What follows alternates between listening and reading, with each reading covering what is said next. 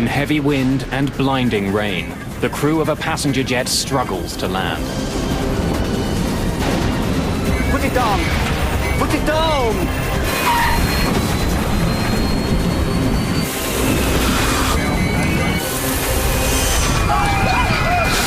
A terrifying crash landing leads to a desperate fight to survive. The only thing that matters to me now is to get my daughter Emily and protect her as we blow up. But we just knew that there were so many passengers in that plane that had not gotten out. Open the door! Open the door!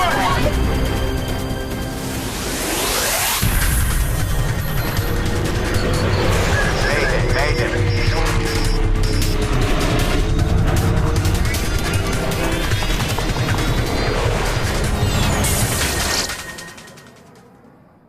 This is a true story based on air traffic control recordings, official reports, and interviews with those involved.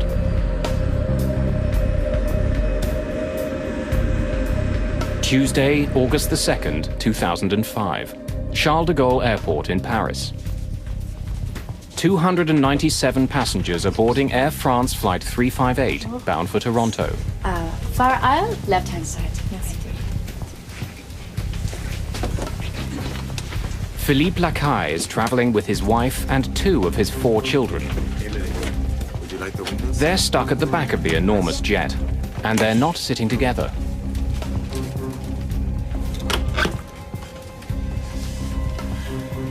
It just happened that we were separated from Emily. They had 3 seats together, so we were in the middle section, and Emily was actually sitting a couple of seats ahead of us on the right side, so close to the right wing of the plane.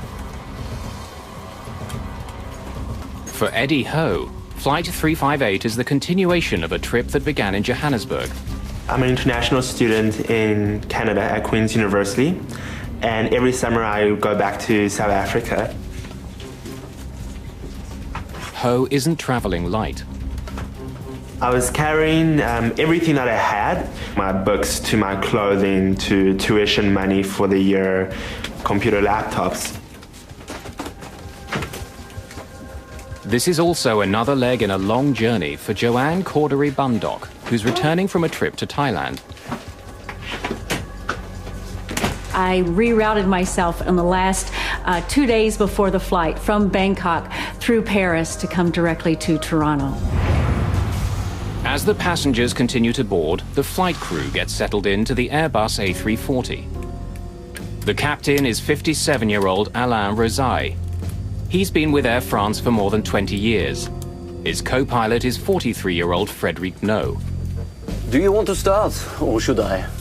Why don't you fly first, and then I'll take over for landing in Toronto. I check the weather. On this flight, the 2 men decide that Captain Rosaille will handle the takeoff in Paris, and co-pilot No will land in Toronto. Destination, Toronto Pearson. Check. Crews often split the duties so that co-pilots can get more experience. Rosaille and No are joined by one other person in the cockpit. I think you've been expecting me. I'm Miles Trochassé. Welcome. Miles Trochassé is the son of an Air France employee. He's allowed to ride in the cockpit's jump seat for free. I just want to let you know I've done this before. I promise I'll be quiet.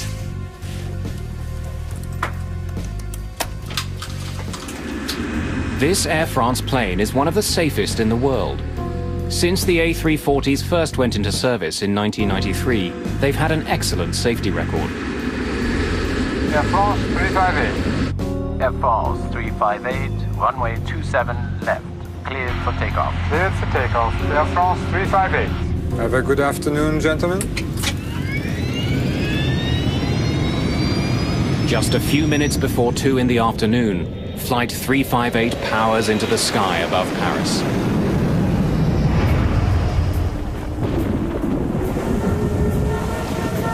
Toronto may be several thousand kilometers away, but the friends and family of those on board Flight 358 are already making plans to meet the plane when it arrives. Hello? Audrey, I won't forget. I'll make sure to pick up Mom and Dad. No, I won't forget the 2 brats either. I'll get them all. Well, we usually make arrangements before we go to France to be picked up.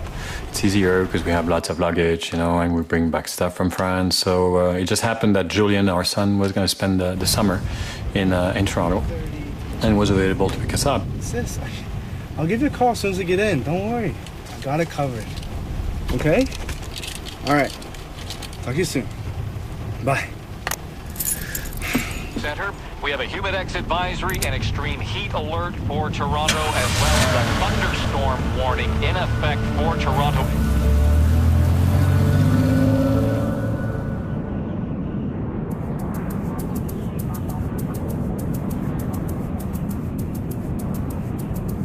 A regular flight from Paris to Toronto takes about 8 hours. As Air France 358 closes in on Canada, there's little to separate this trip from any other. I found that their service was amazing. The food was great. They had very good flight attendants.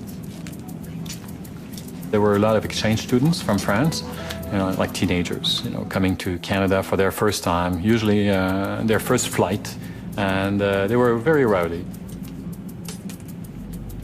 There was a beautiful day on the flight over, and the sun was shining, and it was just blue skies and white clouds and just a lovely day. The autopilot does most of the work for Captain Alain Rezaï and his co-pilot Frédéric No. Just as the two men had planned, No is now in control of the plane. We have a new weather report. The two men get regular updates on the weather conditions in Toronto. Overcast and rainy with a chance of thunderstorms. Temperature in the low 20s.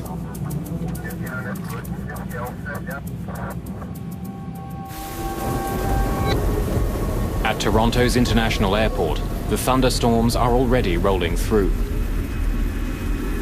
Rain, wind, and lightning are hammering the runways. The lightning has already forced airport authorities to declare a red alert. It means that the chance of being struck by lightning is so great that ground crews are not allowed to work on the planes.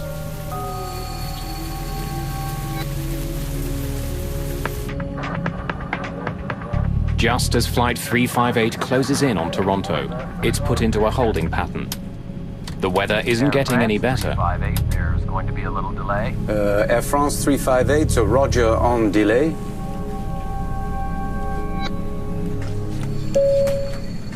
Ladies and gentlemen, this is your captain speaking. I'm sorry to inform you that there'll be a short delay. There's some weather conditions above Toronto, and we're just going to give it a couple of minutes to clear up. I was very surprised when I heard the captain's announcement that we were going to be delayed in landing for about 25 or 30 minutes because of thunderstorms over Toronto. While they're not in the storm yet, the crew enters their holding pattern northeast of Toronto. Their alternate airport is almost 300 kilometers away in Ottawa. At the moment, the plane has a little over 7,500 kilograms of fuel in its tanks, more than enough to get them there. Typically, a pilot will think about the economic impact of diverting to an alternate airport. While that is not a primary decision maker, it is an alternate decision maker as far as if they have to divert, how are the folks going to be transported from that alternate airport back to the destination airport that the airplane was originally going to. Flying almost 300 passengers to Ottawa would be a logistical nightmare. But the crew can't circle for too long with the fuel they have. If the delay continues, they'll have no choice but to divert. Air France, Toronto arrival. Your hold is now canceled. You are cleared for a Wasi 2 arrival. Maintain 5,000 feet. Air France 358, Roger on cancellation of hold. Cleared for Wasi 2 arrival and maintain. Today, the delay isn't long at all. Although the storm continues to thunder down near the airport, the crew is put into their landing sequence.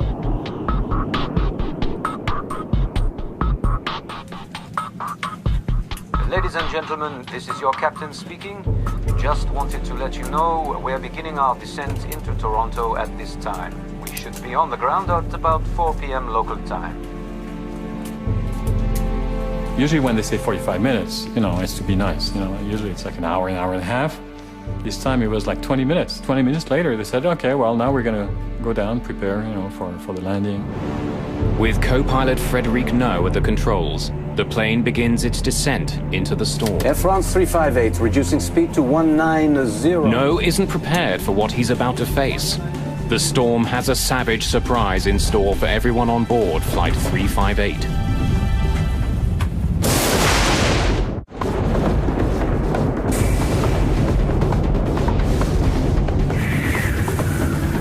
A brutal summer storm is battering Toronto. Winds and lightning are hammering the airport, making it tense for incoming planes. After a short hold, Air France Flight 358, with 297 passengers aboard, begins descending into the storm. Flaps 2. Flaps 2. F-speed. Gear down. Landing gear down. Spoilers armed. 4 green. Landing gear down. Spoilers armed. 4 green.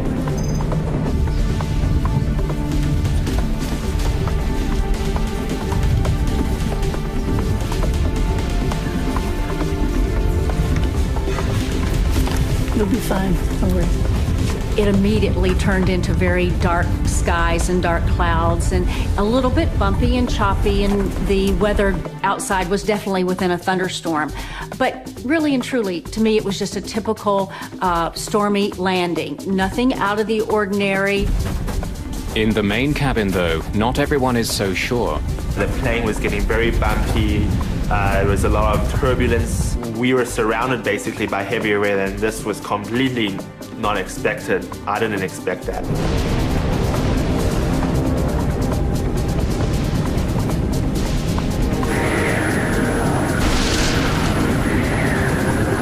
Air France 358, slow your final approach speed. Air France 358. Co-pilot Frédéric No has the plane in position. He's moments from landing. Air France 358, roger. Flaps to full. Flaps full.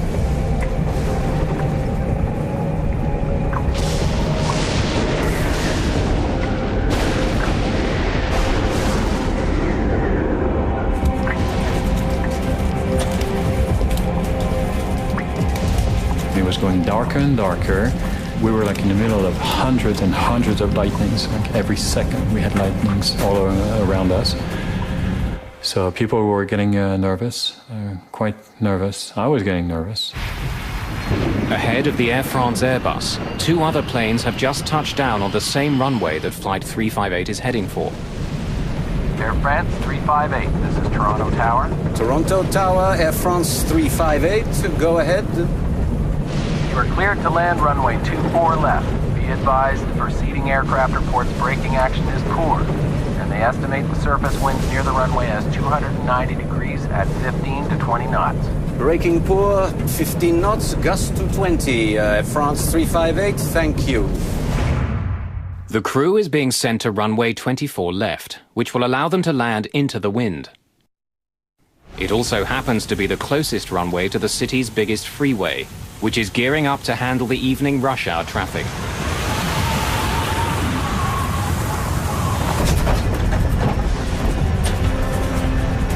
Facing unpredictable winds and a wet runway, the crew prepare for the landing.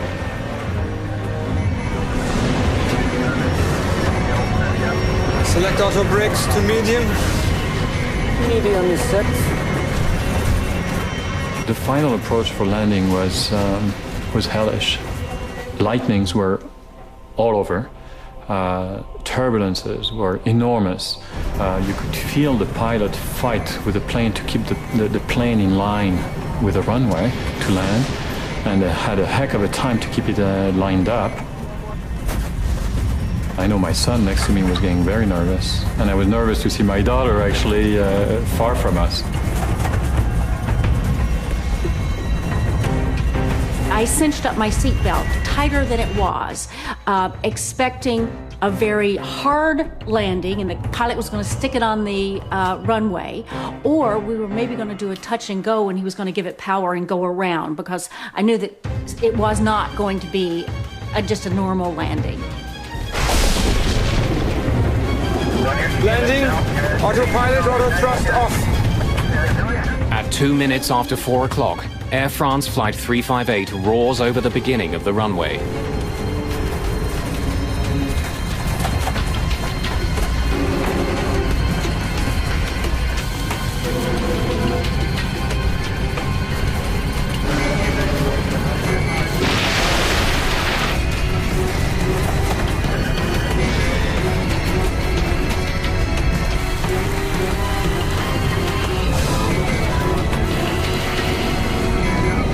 Put it down!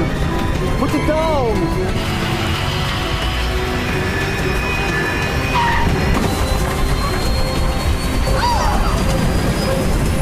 This landing was more intense and harder than any time I've ever landed in another aircraft. It's a very difficult landing. And everyone started clapping, and even the lady who sitting next to me, I remember very clearly, she said, you know, wow, that was an amazing landing.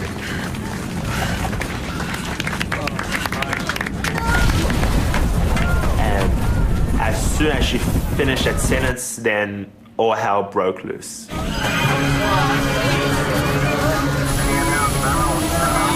We started the plane started violently going up and down, and it felt like we were going 100 miles an hour down a road filled with potholes that were about 3 feet deep.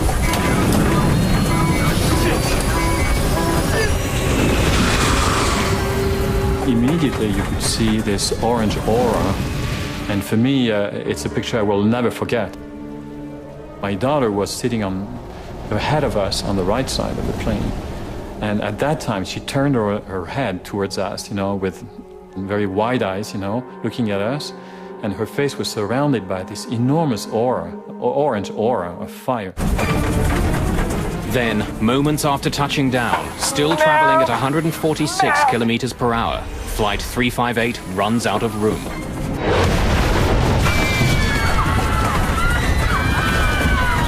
At that point that I believed that we were all going to die. It was obvious that no one can survive this kind of thing. I thought this was it.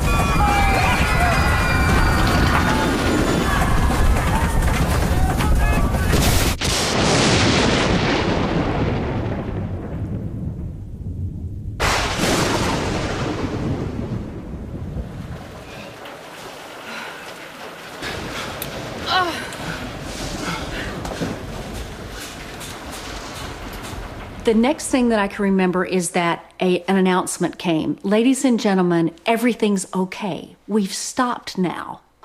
Well, no kidding. Of course we've stopped now. But I could tell that everything was not okay because I could immediately smell jet fuel.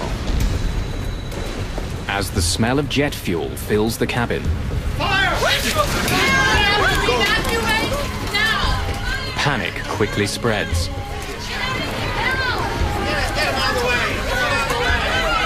Everybody was expecting the plane to blow up. It was obvious. Smoke and flames are spreading quickly. Now it's a desperate struggle to escape.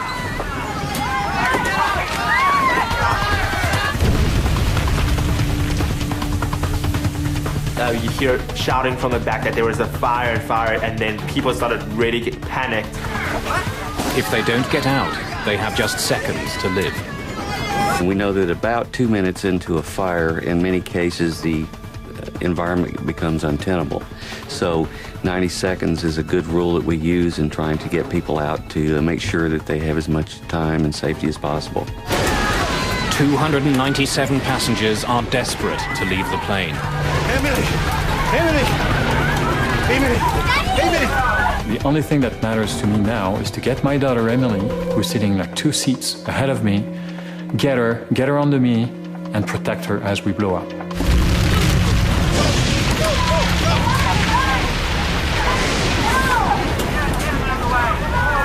Am I going to try to get my luggage, my laptop? And then I thought to myself, what if I would die trying to get my laptop?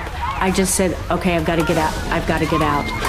Flight 358 has 8 possible emergency exits, but seconds after the crash, most of them aren't opened. people were crawling over the seats, they were pushing each other, they were just basically all for yourself. It's okay. Stay calm, please. Please stay calm. Be all right.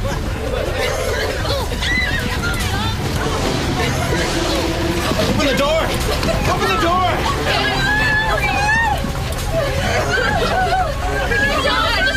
And I could see the air attendant there struggling with the fact that should I or should I not open this door, because the fire was raging just in front of it.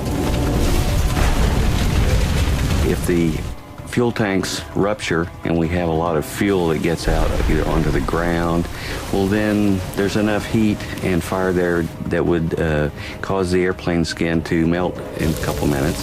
At the front of the plane, thick smoke is pouring in through one of the open doors.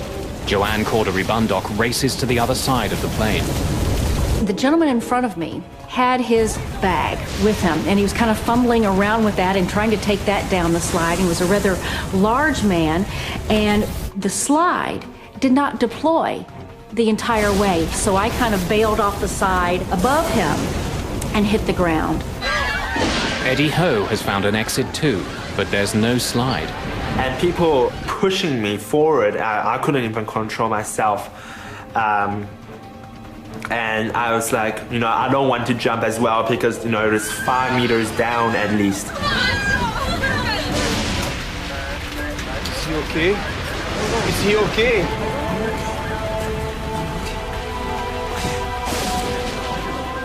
In the cockpit, Captain Rezai has been badly injured when his seat was ripped off the floor by the force of the crash.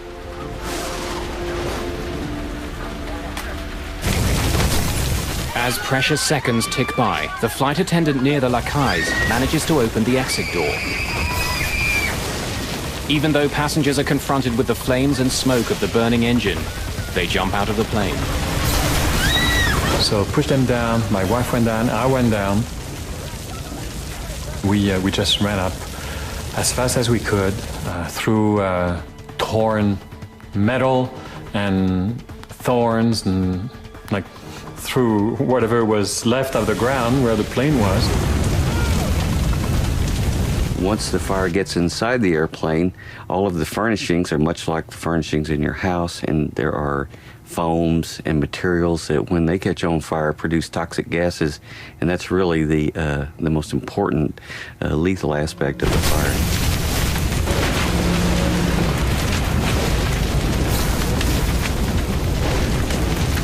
Basically, you just had to jump. So what I did was, I prayed quickly and I closed my eyes and jumped.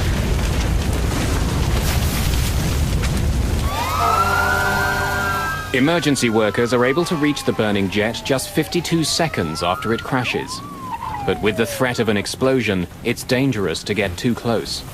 It was very difficult to see anything due to the rain that was coming down. There was a lot of smoke engulfing the plane, some fire that was still ongoing, as well as you could see that some of the parts of the plane had broken off, some of the wheels that were at the side of the roadway, as well as portions of the plane's wings that had broken off. Philippe Lacaille and his family struggle up the hill the plane has just plowed down. And at that point, the plane blew up. Once, twice, 3 times. So you could feel and hear this enormous explosion actually taking place. On the first one, I looked at the first one because I just couldn't believe my eyes. I could see, I think, pieces of luggage, things flying up in the air. And of course, at that time, I figured, oh my God, that could have been us. We had a perfect view of the airplane and see this black smoke coming out the side of the airplane and the yellow and the orange and the red flames shooting out. We were fine, but we just knew that there were so many passengers in that plane that had not gotten out.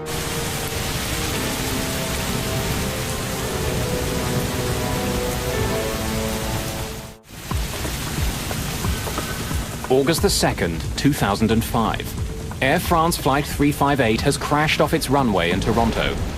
Flames are tearing at the fuselage. Smoke is pouring from the ruined jet. Dazed passengers are stumbling from the plane.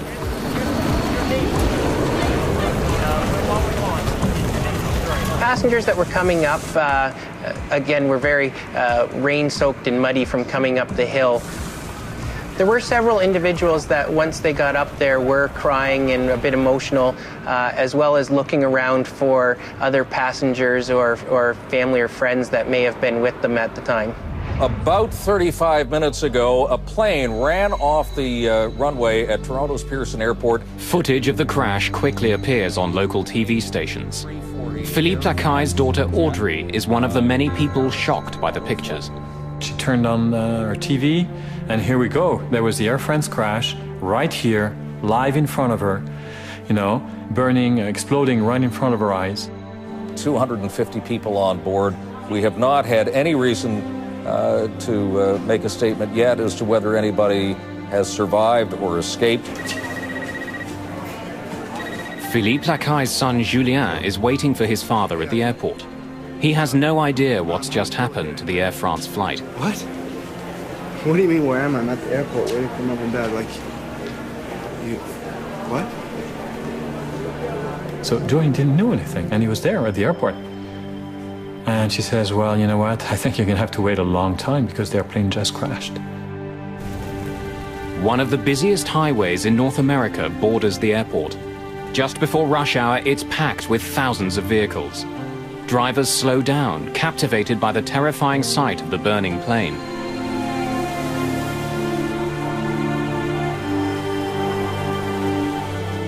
Some of the passengers who've escaped the plane stumble, dazed and shaken, right onto the edge of the highway. Passing motorists stop to take them to the airport.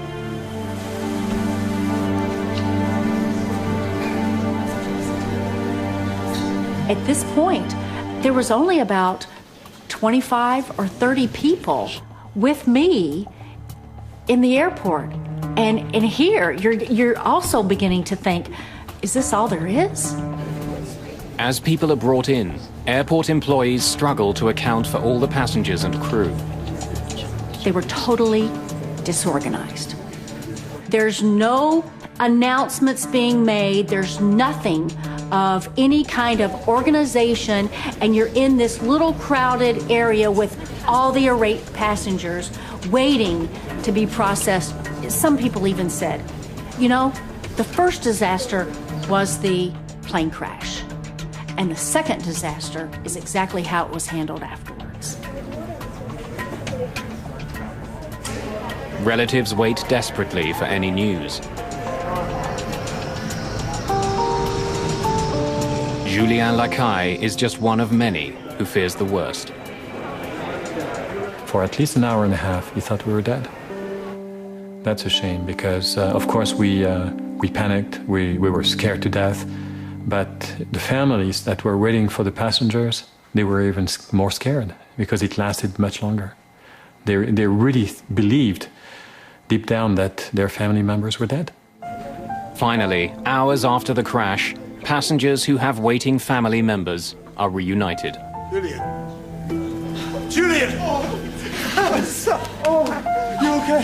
Oh, okay. How did you... We finally met up with Julian. It was 11 o'clock at night. It was, you know, God, we're so lucky. We're so lucky. We're alive, you know. It's hard to explain, but it's like you're giving a second chance, you know. Here's my son, you know. Maybe I didn't tell him I loved him, you know, when I left for France. Now it's time to say it right away. It was a very nice moment. A very, very deep moment. It's just one of dozens of reunions. It takes hours to confirm, but by early evening, Air France and the local airport authorities can make the incredible announcement. Remarkably, every single passenger and all the members of the crew of Flight 358 have managed to escape the burning wreckage of their plane.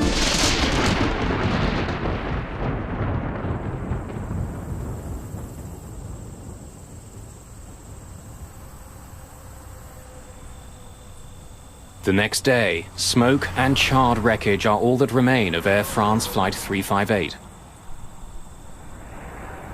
The Airbus A340 is a sophisticated, highly engineered plane with a glowing safety record. What had gone so terribly wrong?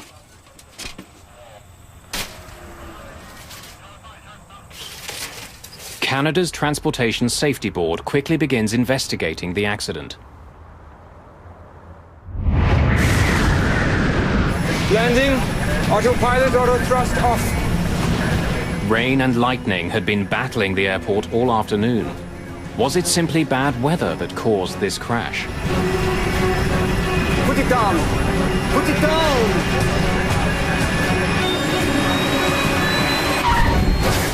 Neither the pilot nor the co-pilot have spoken publicly about the crash. We have to evacuate now!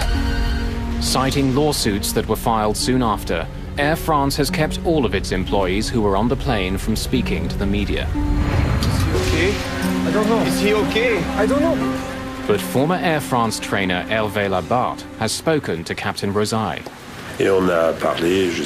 We spoke, let me think, for half an hour. He told me that this is the crucial point, that he has control. More specifically, informed control that he had reached the point where he would have to consider diverting.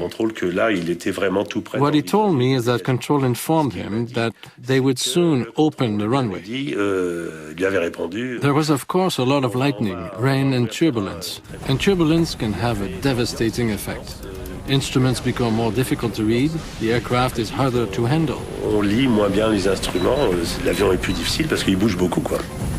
Investigators discover that as the crew struggled for control in the cockpit, on the ground, delicate instruments used to measure the wind at the runway were destroyed by lightning.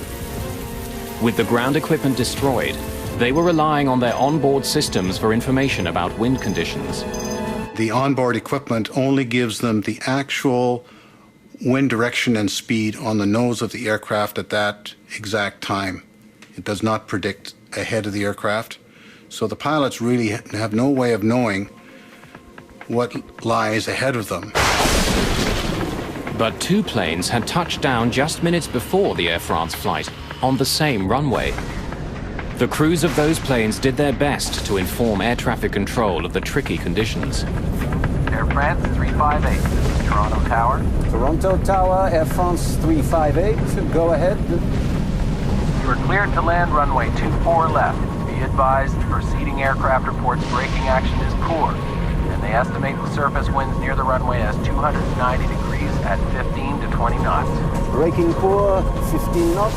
20-knot winds are strong, but are well within the allowable range for landing an A340. But when investigators study radar images of the airport, they discover quite a different story. As Flight 358 landed, a sharp line of rain moved across the runway from north to south. It was driven by a sudden gust of wind of up to 33 knots. The crew of the Air France jet had to deal with conditions that were much worse than they were expecting. Landing, autopilot, auto thrust off. 33 knots is the demonstrated maximum crosswind for an A340, and that would be on a dry runway. So when you say 33 knots at 90 degrees, you're encroaching on the limits of the aircraft. Closely studying the airport, investigators uncover another piece of the puzzle. Maintenance issues and the storm itself were forcing air traffic controllers to use runway 24 left for landings. It's the shortest runway at the airport, almost 650 meters shorter than some of the others. Blinded by rain, driven by unexpected winds, and landing on the shortest runway at the airport, Flight 358 was in a dangerous position. Over the previous 4 hours, they had been made aware of the terrible storms and red alerts. And that was for me my biggest concern. Were they perhaps overtired? Were they lax, victims of routine? In any case, it's obvious that they hadn't gauged the extent of the danger. It's evident that the flight crew didn't perceive the information that they were getting from these various sources as being threatening. Therefore, they attempted to make a landing. But even in bad conditions, even on a short runway, the crew had 3,000 meters in which to land their plane. It should have been enough. To find out why it wasn't, investigators turned to the past. In 1999, an eerily similar accident took place in Little Rock, Arkansas. Damn, we're off course. No, I can't see it. Way off. Struggling with unpredictable weather, the crew of an American Airlines jet landed their plane, only to have it skid off the runway. 11 people were killed. Greg Feith helped investigate that crash. One of the first things that I thought about was déjà vu. Having the first bits of information about the Air France accident, it reminded me so much of the American Airlines accident. In the Little Rock crash, Feith discovered that the crew had made a critical mistake, which contributed significantly to the accident. They hadn't followed all of the checklist procedures and they didn't have the ground spoilers armed, which basically degrades the efficiency of lift on the wing and settles the airplane heavily on the main wheels so that braking action is more effective. Spoilers are only one of several ways pilots of passenger jets stop their massive planes. Reverse thrusters are used to redirect the engine power forward as the plane lands, and sophisticated brakes help slow the jets down. To rule out any mechanical fault, all three systems are examined by investigators of the Air France crash. One of the brakes on Flight 358 was destroyed in the fire, but the 7 other sets of brakes are all tested after the accident. All of them are working properly. Flaps 2, flaps 2, F-speed. Investigators in Toronto also discover that unlike in the Little Rock crash, this time the spoilers had deployed properly. Landing gear down, spoilers armed, 4 green. And when the engines are examined, the reverse thrusters are deployed. No obvious mechanical fault can be found. As the investigation continues, a French newspaper prints a bombshell. Le Figaro publishes a story claiming that the thrust reversers, which use the jet's engines to slow it down, were not turned on until the plane had been on the runway for more than 12 seconds. As for Captain Rosay, he confirmed the newspaper report. His explanation was that his co-pilot had tense-stopped and was having difficulty controlling the lateral movement of the plane. No doubt because of the strong crosswinds and because the runway was so slippery, his hand was clamped tightly on the throttle release lever, which prevented the captain from reaching it himself. So the reverse thrusters could not be activated. Shortly after the newspaper story appears, investigators publish their initial report. It confirms Le Figaro's version of events. Canada's Transportation Safety Board reveals that while the thrusters were found in the on position at the crash site, they had not been deployed as soon as the plane landed. In fact, it took 17 seconds before they reached maximum power. The delay was a question raised in the report, and I wouldn't want to hazard a guess as to why there was such a delay or what was the cause of it. I just know that pilots, as a rule, want to get those reversers in as quickly as possible for maximum stopping. The investigators reveal other confusing facts about the last few seconds of Flight 358. When it came over the start of the runway, it was twice as high as it should have been. And when it did land, it was nearly halfway down the runway. Put it down! Put it down! In these stormy conditions, the crew didn't have enough time to stop.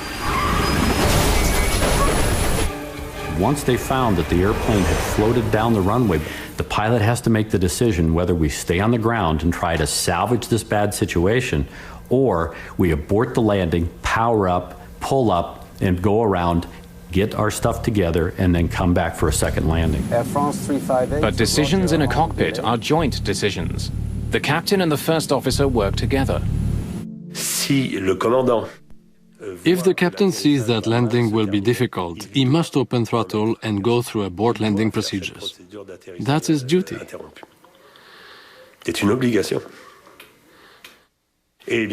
And of course, the co-pilot is also allowed to be the first to act. but the captain's duty is to avoid at all costs a lengthy touchdown. That is clear. Pour ne pas laisser se dérouler un atterrissage trop long, ça c'est clair. By the time the plane touched down, it had only 1,500 meters to stop. And when it did land, critical seconds were lost when the reverse thrusters weren't engaged.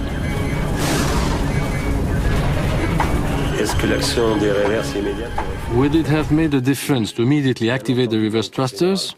Of course it would.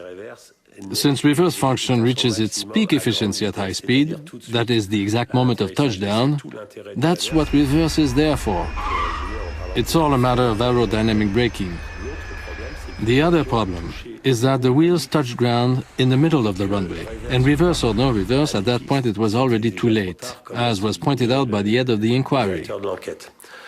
That being said, if the reverse thrusters had been activated immediately, the plane would have come to a stop more quickly. Il serait sorti moins et moins vite. In heavy storms, the margin for error is razor thin. On this rain-filled afternoon, sudden wind, a long landing and a short runway sealed the fate of everyone on board Flight 358. What concerns some in the aviation industry isn't this particular flight, but the reality that overruns are far too common. They happen all around the world. And safety procedures that could stop them are not in place.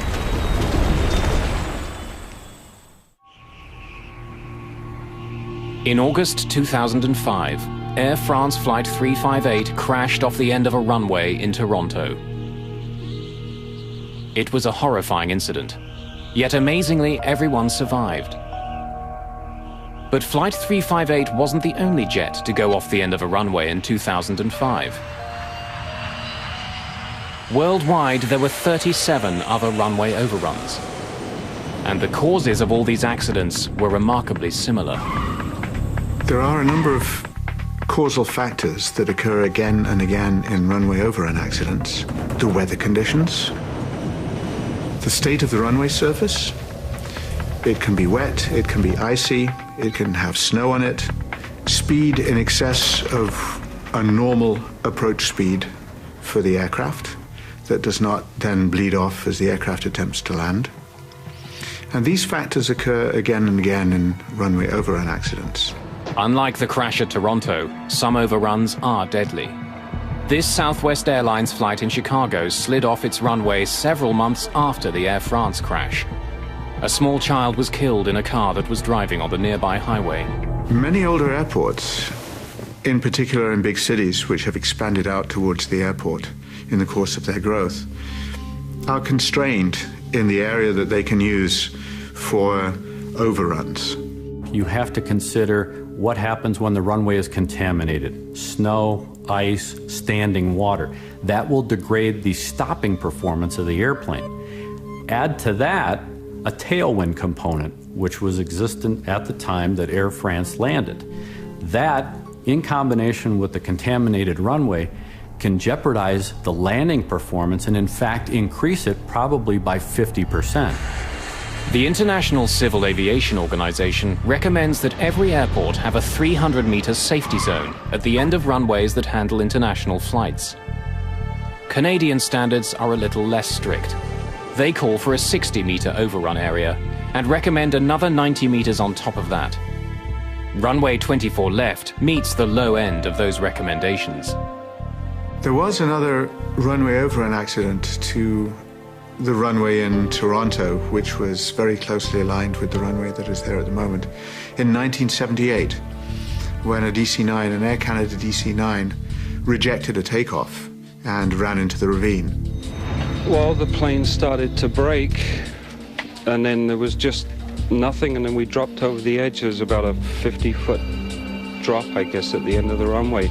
We just went over the top, and then there was a heck of a bang, and people and seats all over the place. 2 people died in the 1978 accident. A coroner's inquest after the crash recommended that the gully be filled in, but it never was. It's a steep ravine. It has about a 50-foot drop-off, and when you take a large, complicated and fragile piece of machinery like a commercial aircraft and you drop it 50 feet, then it tends to break. There is a possible solution to runway overruns. but it's not being used in Toronto or many other international airports. It's called EMAS, or Engineered Material Arresting Systems. It's a form of artificial stone or artificial gravel, which has a certain depth. And anybody who's ridden a bicycle into a gravel pit knows that a bicycle stops very quickly and it can be almost impossible to pedal it out. And the same thing happens to airplanes. Several airports in the US use the system, but most international airports do not. It's very much more effective than friction braking, and it's certainly incomparably more effective than thrust reverse and spoilers. And any one of these systems, when properly engineered, can stop a large airplane, no matter what the runway surface conditions, in a very short distance. We have to evacuate now! But one vital air safety guideline was met when Flight 358 crashed. In spite of the smoke and the spreading fire, the crew of the crippled plane made sure that all the passengers escaped in just 90 seconds. It's just a miracle that all of those people were able to evacuate the airplane as quickly as they did before the airplane was consumed. The Air France flight was particularly noteworthy in that everybody got out, essentially unscathed. I know there were some injuries, but everyone got out. So I think it was noteworthy, and it was very good evacuation from that perspective. Captain Alain Rosaille may never fly for Air France again. His injuries required extensive physical therapy after the crash. At the time, he was less than 3 years from retirement. Every morning, Captain Rosaille relives the experience, coming face to face with the flames, the noise, the crash. And it made him sad to end his career on that note, having destroyed his plane. That's the worst possible fate for a pilot, the worst outcome. The co-pilot, Frédéric No, is suspended for 3 months after the accident. By early the next year, he's back on duty with Air France. There are reports that after he helped Captain Rosaille out of the cockpit, he was the last person off the plane.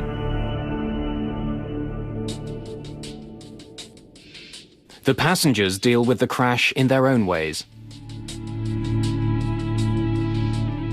Well, I went through nightmares almost every single night, flashbacks during the day. Couldn't sleep, I couldn't eat. I questioned myself, why am I here? It's frightening, to be in such a state. And it has taught me to be strong. We really need to take seriously those safety commands and evacuation information, because you never know. It was a perfect flight. There's not any indications that anything can go wrong, and it's right at the very last second that everything happens. So it's, thank goodness I'm here to be able to talk about it now. Open the door! Open the door! There's a lot of negative in the accident, and there's a lot of positive. The negative is, oh my God, I'm gonna die. Oh my God, it's horrible. Oh, I have these nightmares, and yes, I'm traumatized, and my kids are traumatized. However, you have the positives, and the positives are, gee, I'm alive. I have been given a second chance. I have been given a second life. And all of us, my wife and my children and myself, we all experience the same positive effects of the crash, which is we have to give back. We have to do something for others. We have to extend our heart out, our compassion to people who need it. It's almost therapeutic for us, The more you do for others, the better you're going to feel. So for me, I figured, if I can extend my heart out to others, maybe it's going to help me as well.